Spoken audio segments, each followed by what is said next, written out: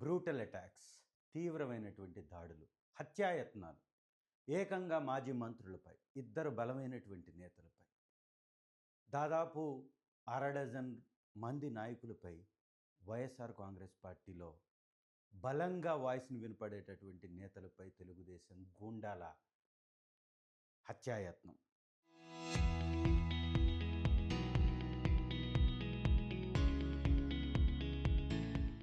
ఒకరు ఇద్దరు కాదు సుమి, వందల మంది వచ్చి ఇంటిపై దాడి చేసి ఫర్నిచర్ని, కార్లని, ఇళ్ళని కాల్చివేస్తున్నటువంటి దృశ్యాలు ప్రతి వైఎస్ఆర్సీపీ నాయకుడి యొక్క హృదయాలని కలచివేస్తున్నటువంటి దృశ్యాలు.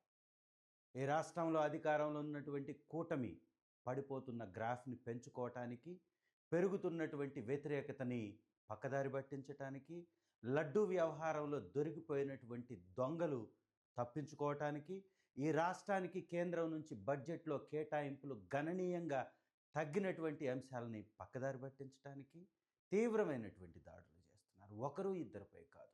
భూమన కరుణాకర్ రెడ్డి, బొల్లా బ్రహ్మనాయుడు, విడుదల రజనీ గారు, నిన్న అంబటి రాంబాబు గారు, నేడు జోగి రమేష్ గారు ఏకంగా ఇళ్లని కాల్చివేస్తున్నారు, హత్యాయత్నాలు చేస్తున్నారు. హత్య చేయడానికి రాడ్లు, కర్రలు తీసుకొని పెట్టరేగిపోయి ఇళ్లని ధ్వంసం చేస్తున్నారు. పోలీసులు ప్రేక్షక పాత్ర పోషిస్తూ వారికి అండగా నిలబడుతున్నారు తప్ప అభాగ్యులకు అండగా నిలబడట్లేదు. ఏకంగా మాజీ హోంమంత్రి గారు 40 నిమిషాలు ఎస్పీ గారి గేటు ముందు నిలబడ్డ ఫలితం శూన్యం. పక్కనే డీజీపీ ఆఫీస్, పక్కనే ముఖ్యమంత్రి ఆఫీస్, పక్కనే డిప్యూటీ ముఖ్యమంత్రి ఆఫీస్. ఏకంగా ఈ రాష్ట్రానికి రాజధానిగా ఉన్నటువంటి ప్రాంతానికి కూతవేటు దూరంలో దాడి జరుగుతుంటే పట్టించుకోరా? ప్రభుత్వం ఉందా? మొద్దు నిద్రపోతుంది, కావాలని నటిస్తుంది, కావాలని దాడులు చేపిస్తున్నారు. చంద్రబాబు నాయుడు గారు తెలుగుదేశం నాయకుల కనుసన్నల్లో క్రూరమైనటువంటి దాడులు, హేయమైనటువంటి దాడులు, ఏకంగా చంపేయడానికి ప్రయత్నాలు, భయభ్రాంతుల్ని కుటుంబ సభ్యులను చేస్తున్నటువంటి సంఘటనలు కలచివేస్తున్నాయి ప్రతి ఒక్కరిని.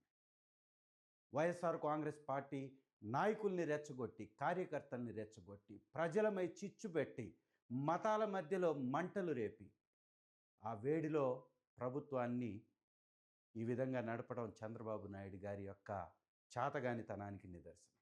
ఈ రాష్ట్రం రోజు రోజుకి దేశంలో కిందకు పడిపోతున్నటువంటి పరిస్థితి, ఆర్థికంగా వెనకబడిపోతున్నటువంటి పరిస్థితి, పోలీస్ వ్యవస్థ అట్టడుగు స్థాయికి దిగిపోయినటువంటి పరిస్థితి, ఏకంగా 87,000 కోట్ల రూపాయలు ఉన్నటువంటి ఉపాధి హామీ కేటాయింపులు 30,000కి పడిపోయాయి.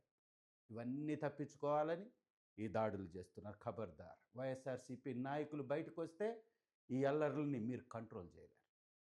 ఇప్పటికన్నా బుద్ధి తెచ్చుకొని ఈ విధానాలను వీడాల.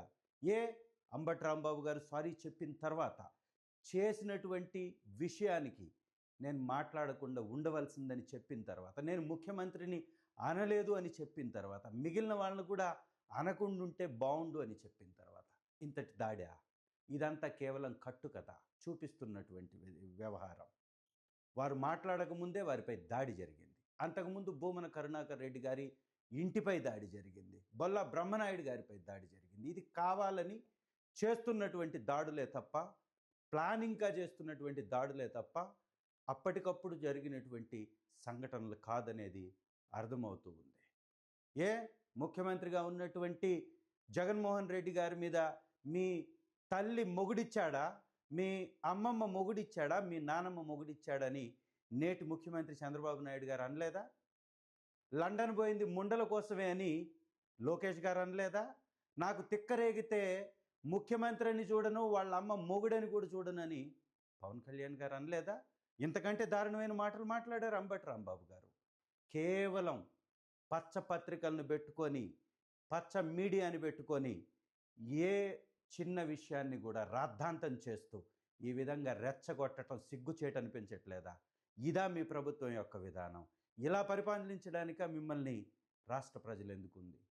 ఒక్కసారి ప్రజలందరూ ఆలోచించాలి, మేధావులు ఆలోచించాలి. ఈ కూటమి చేస్తున్నటువంటి విధానాలని వ్యతిరేకించాలని మీ ద్వారా మనవి చేస్తూ, ఈ దాడుల్ని తీవ్రంగా ఖండిస్తూ సెలవు. చరిత్ర సృష్టించినోడు ఇప్పుడు ఆ చరిత్రని తిరగరాయబోతున్నాడు. అబద్ధాల గోడల్ని బద్దలు కొట్టి నిజాలను రాగా మీ ముందుంచబోతున్నాడు.